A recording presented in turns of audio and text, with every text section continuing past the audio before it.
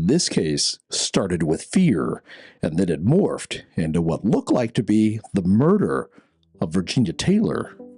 The Villanova family of Yonkers, New York, lived pretty much an unremarkable life. Theirs was a working-class home on a modest street. It was full of laughter, dinners, and routine. But in the autumn of 1991, something evil crept in. It began with the rattling of doors. Then the air suddenly grew cold in patches. Soft knocking sounds started echoing in the night, always in sets of 3. Well, at first, they blamed the plumbing, then drafts, then their imagination. But before long, the disturbances grew bolder, and the family's nights became long vigils of whispered prayers. Whatever this was, it had made the first cracks in their fears. And then came the apparition. Gabriella Villanova, or Gabby, saw it first. Late one night, she woke up to a breath of cold so sharp that it felt like ice had been placed in the bed with her. She opened her eyes, shivering, and then she saw something moving. In the corner of the room, white smoke began to accumulate. Abby sat up immediately, and then she watched as this smoke slowly took the shape of a woman from another era. Well, Abby rubbed her eyes and shook her head. Was she still sleeping? No, she was awake. Her eyes must be playing tricks on her, right? So she looked closer. She squinted. Sure enough, a transparent woman was floating in the corner of the room. Well, Gabby did exactly what I would have done, maybe what you would have done. She screamed, and then her husband Dominic rushed in. But by the time that he had gotten there, the apparition had gone. Well, he looked around for an intruder, anything, but except for Gabby, the room was empty. She, however, was adamant there was this woman that had somehow just materialized in the corner of the room and then vanished. Well, Dominic, of course, wanted to believe her, but it was more likely that she had woken up half asleep and just thought that she had seen some woman. So he comforted her the best that he could, and then life went on. Well, later, this exact same apparition returned, and this time Gabby was wide awake and not quite as startled by it. It appeared meek, scared even, and then it spoke with this soft, trembling plea that sounded as if it had come from a woman from the last century. "Please," it said, "don't be afraid. I don't mean you any harm. I just want your help." The spirit claimed that it had been a woman named Virginia Taylor. She said that her parents, Nathaniel and Sarah, had been immigrants from Europe, and they had come to America and then moved in with their cousins, the Clarks. Gabby would later describe Virginia as calm, meek, and gentle. She wasn't interested in terrifying people with screams or threats or rattling chains. No, she appealed to sympathy. She said that she needed help to unlock a mystery, to find her parents. Well, the message sounded so human, so desperate, that Gabby began to feel sorry for her. But maybe she shouldn't have, right? Because sometimes pity can be dangerous. Welcome to Velarcana. Here, we share mysteries that often defy explanation. I research the cases, and my husband tells the stories. Gabby listened to Virginia's plea, and when Virginia left, Gabby's heart went out to her. So the next time that she showed up, Gabby wasn't afraid, and the two talked. From that point on, Virginia came often. Sometimes she appeared in the mirror. Sometimes she was just a cold presence that pressed up against Gabby's skin. She spoke of a bygone era of long skirts and the finishing schools of 1901 and a wedding that would never come. She claimed that she had been murdered on her wedding day. She said that her fiancé had been arrested for the murder, but he hadn't done it. She said that all of it was just too much for him, and he was found dangling from a rope in his jail cell. And shortly after that, her parents went missing. Well, Gabby's heart went out to this spirit more and more, and as she listened to her woes, she seemed to get sucked in deeper and deeper, feeling more and more compassion for this girl. And as that happened, Gabby began to change. Occasionally, she would drift into these bizarre trances. Her body would stiffen up and her voice would take on this different tone. She would start muttering gibberish, and her husband would actually have to shake her out of it. Once, while in one of these trances, her eyes swam out of focus. They were filled with quiet desperation, and in that instance, she didn't quite look like herself. She had transformed somehow. Was she now Virginia Taylor, looking out of Gabby's eyes? Well, just as that thought was circulating, Gabby whispered in somebody else's voice. Help me. I've been murdered. When asked, "Who murdered you?" her reply was, "Must not say." Well, if you're like me, at this point, you're thinking, must not say? That's not good enough. What do you mean, must not say? Who was the murderer? Well, this eerie change in Gabby, along with the cold patches, the strange knockings, the rattling of the doors, began to overwhelm everyone. It got really bad when their little boy DJ started running into their room nearly every night, saying that the lady in white wanted Mommy to go with her downstairs into the basement. Soon, the family stopped sleeping apart. Mattresses and blankets filled the living room as they all huddled together for reassurance. Oddly, while everyone else was completely filled with fear, Gabby was more curious than afraid. She still wanted to know what exactly had happened to Virginia, who had murdered her, and what had happened to her parents. So Gabby decided that she would investigate. She scoured old phone books, looked through courthouse records, studied newspaper archives. Nothing. She found no Virginia Taylor murdered in 1901, and there was no record of a Mr. Taylor being arrested for murder. She couldn't find anything on Nathaniel and Sarah coming to America as immigrants. So when they would talk, well, she would press the spirit for more information. And every time that she did, this ghost, I guess, Virginia gave her just enough information to keep her curious. First names, partial addresses, hints of places that really only half-matched reality. The pleas, although they didn't quite check out, they were sticky enough to keep Gabby engaged and searching.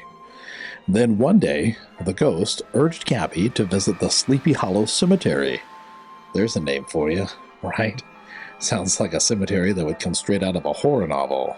Well, this story was about to take a sharp left turn. Gabby went to the cemetery, and there, among the rows of withered tombstones, she said that she was literally, physically pulled toward a grave marked Catherine Clark, 1859 to 1926. Clark? Well, she thought, that must be it, right? Then again, Clark is a pretty common name. Well, at this point it really didn't make any difference to her. In her exhaustion, the coincidence itself was enough. So back home, she spread out a map of Winchester County. She put it across her kitchen table, and then she held a pen, and she asked Virginia to show her where Virginia had lived.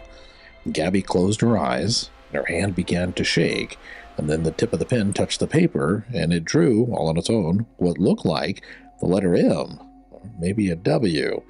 To Gabby, it felt supernatural and benign from a woman, Virginia, who just desperately wanted answers. But to Dominic, well, it looked like Gabby had taken things too far, and she was now deliberately inviting this Virginia to control her body.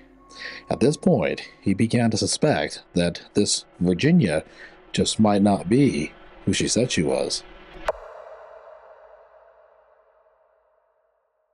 Dominic watched his wife slip further and further away into a mystery that no longer really made any sense.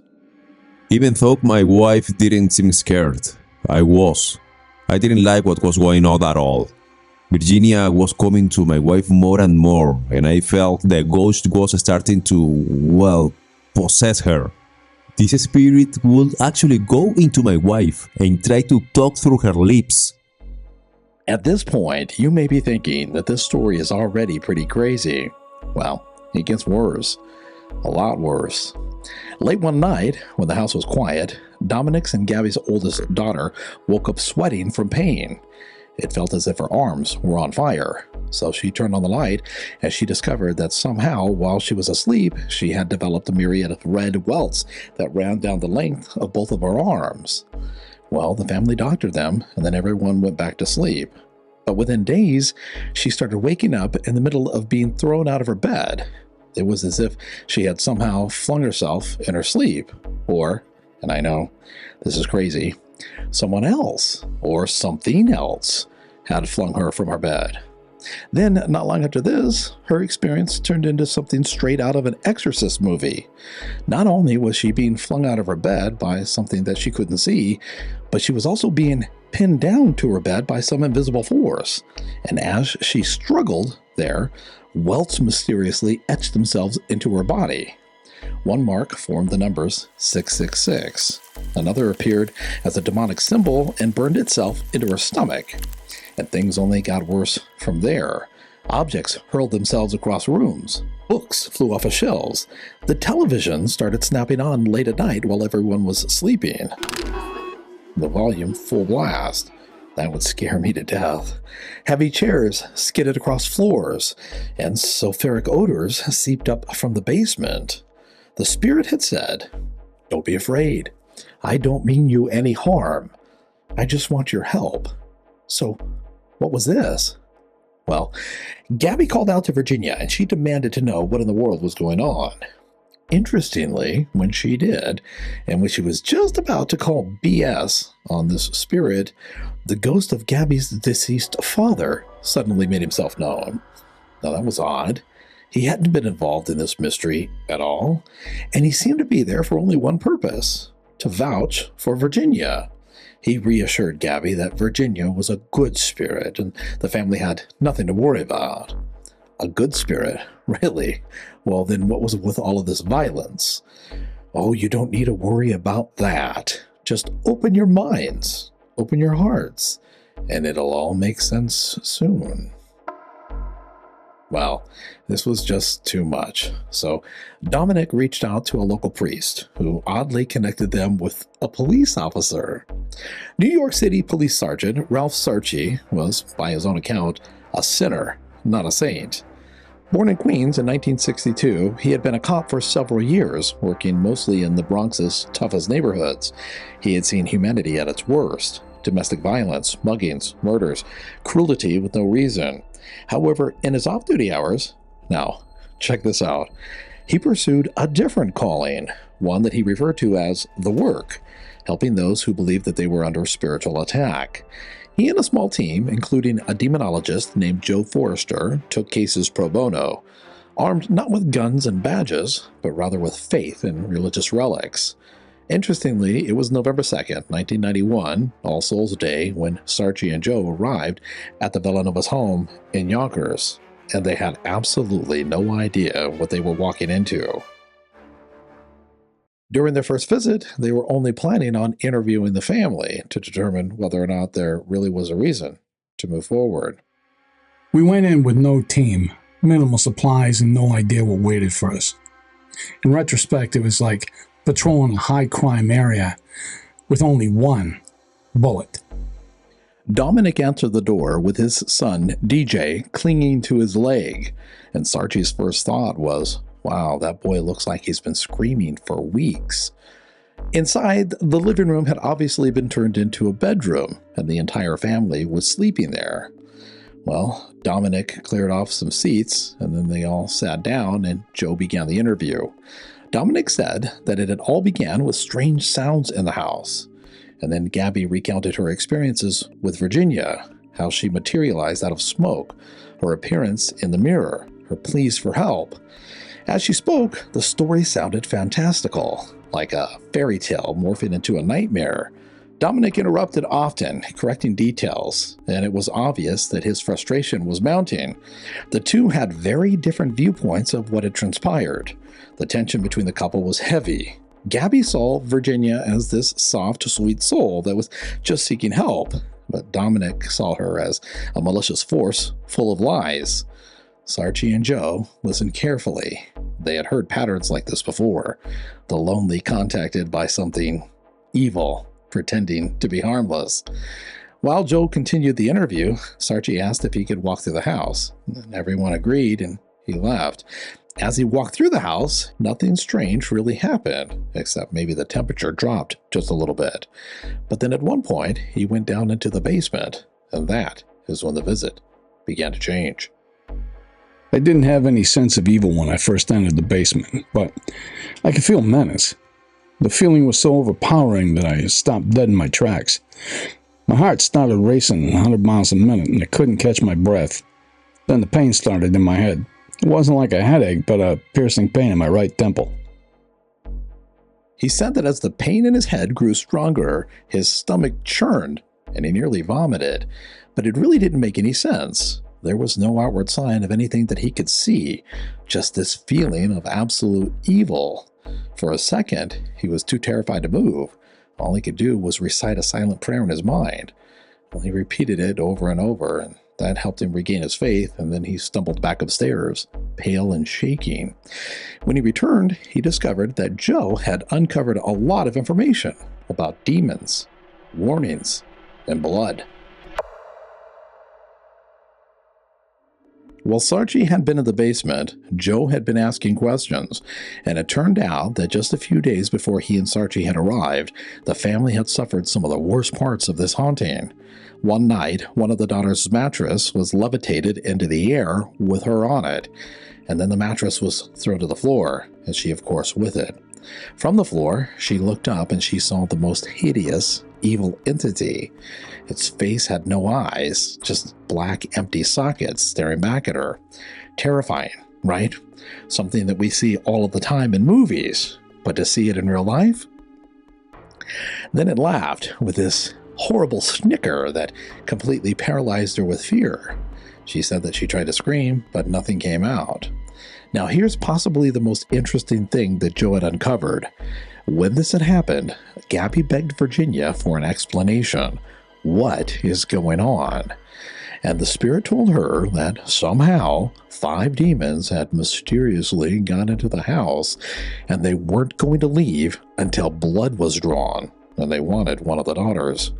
Well, Joe raised his eyebrows at Sarchie as Sarchie sat back down, and then Joe asked the family if anyone had had a seance or tried to contact demons or maybe played with a Ouija board lately.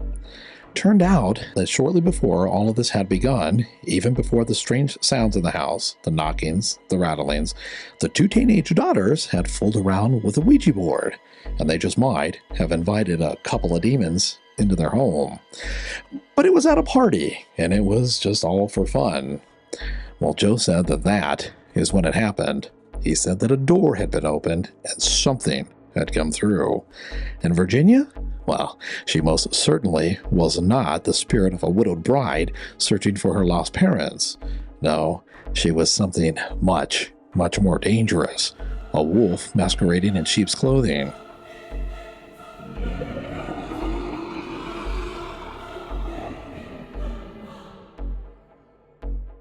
Well, they finished up their interview and stood up to leave when suddenly one of the daughters let out one of the most blood-curdling screams, and everyone looked at her.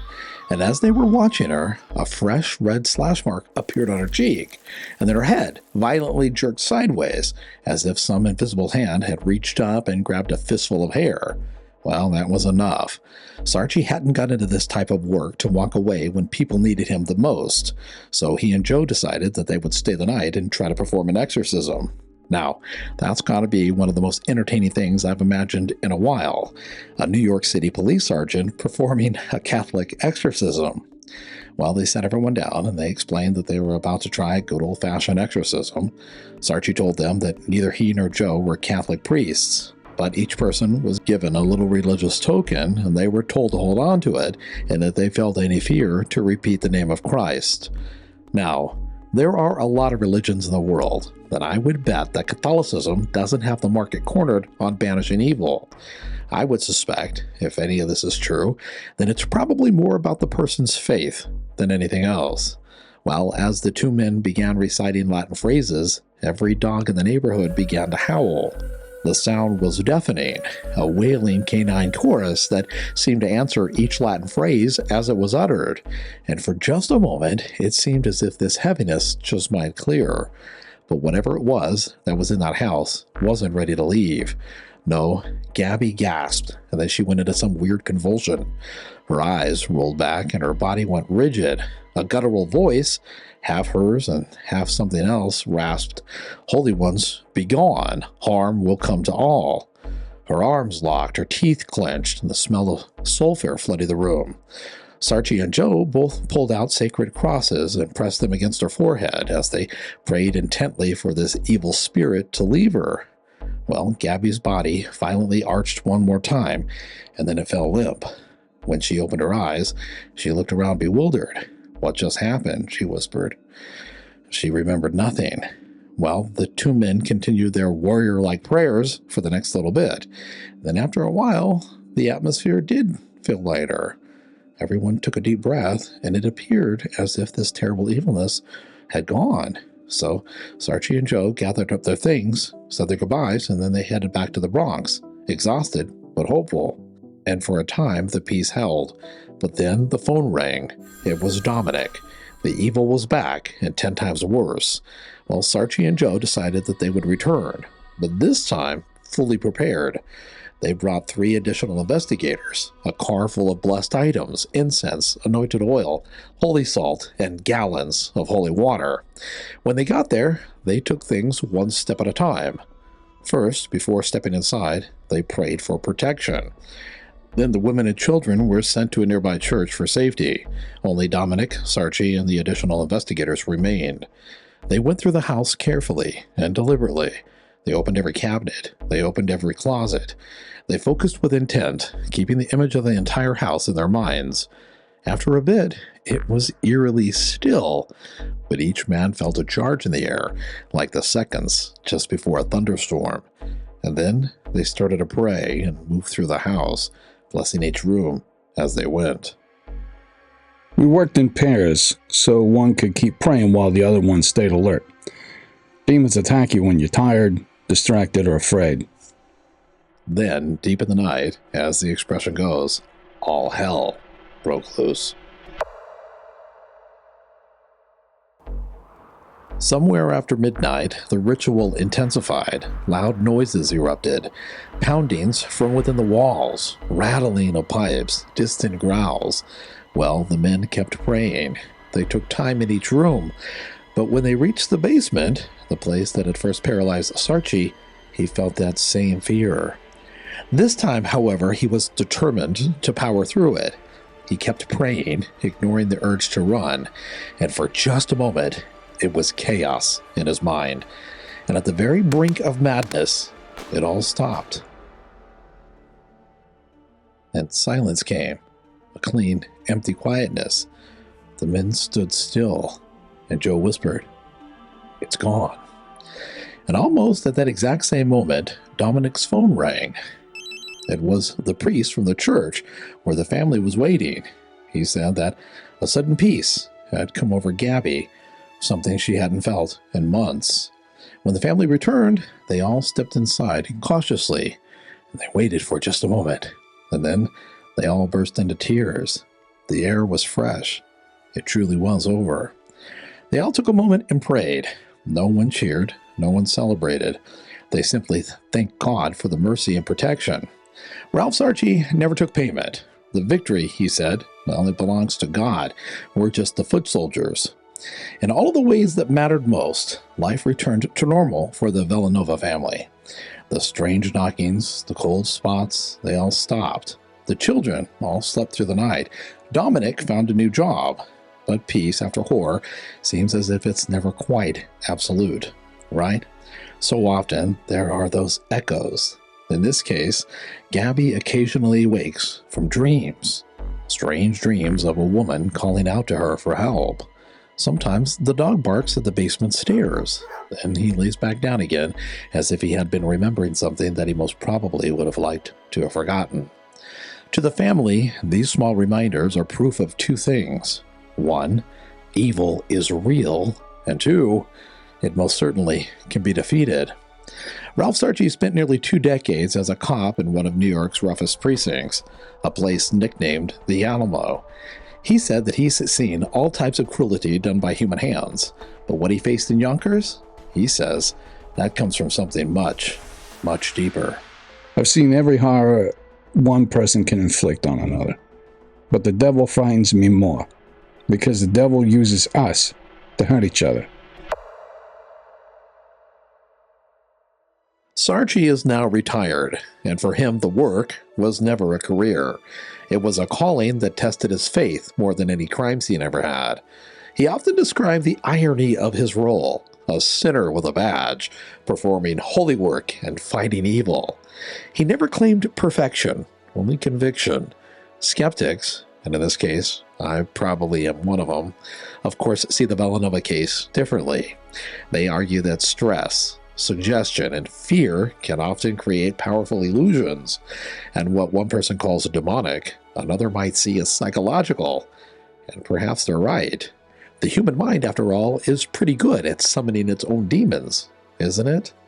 But the case did leave behind evidence that isn't easily dismissed. Scratches appearing right in front of witnesses, objects moving without touch, priests and police alike praying together.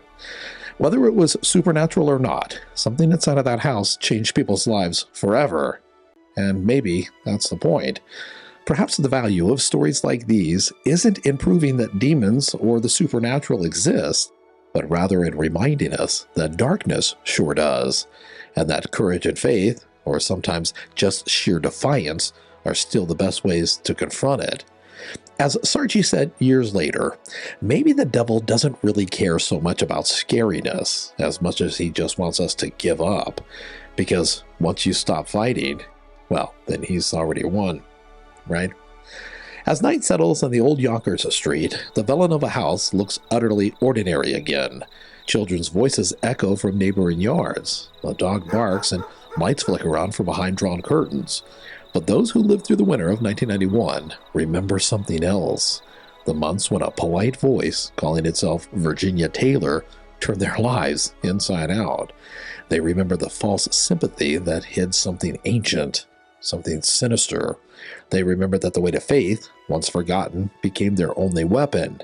And in that sense, the Hauntings' final lesson may not be about demons after all, but about endurance. Because evil, regardless of what form it takes, thrives on despair, doesn't it? It grows in silence, in exhaustion, in its surrender. The Villanova family learned to pray when they had no words left. They learned to hold hands when fear divided them. And in that stubborn act of unity, the darkness had no other choice but to break. Maybe that's all exorcism really is. Not a fight between good and evil, but rather the moment that people remember they're not powerless. And so this story closes where it began, in an ordinary home on an ordinary street where extraordinary things once moved. The haunting is over, and the house is now quiet. And if there's one truth that lingers after the last prayer has been spoken, maybe it's this. Supernatural, malevolent forces might test humanity, but it's faith, love, and courage, sometimes trembling, sometimes completely imperfect, that keep the light burning, even in the darkest house on the quietest street. Researching this case chilled me to the bone. How what appeared to be a plea for help masked something truly sinister. I think sometimes evil does really hide behind sympathy, testing our faith and our bonds. You know, this mystery reminds me of what happened to Dan Mitchell. So when he was young, a strange entity would come into his room and entertain him. And then as he grew older, the entity changed and it started showing him this darker side. One of the craziest things the entity claimed was that humans don't really have a soul and we're not eternal. It is intense. We did a complete mystery on the case, and if you'd like to see it, click here.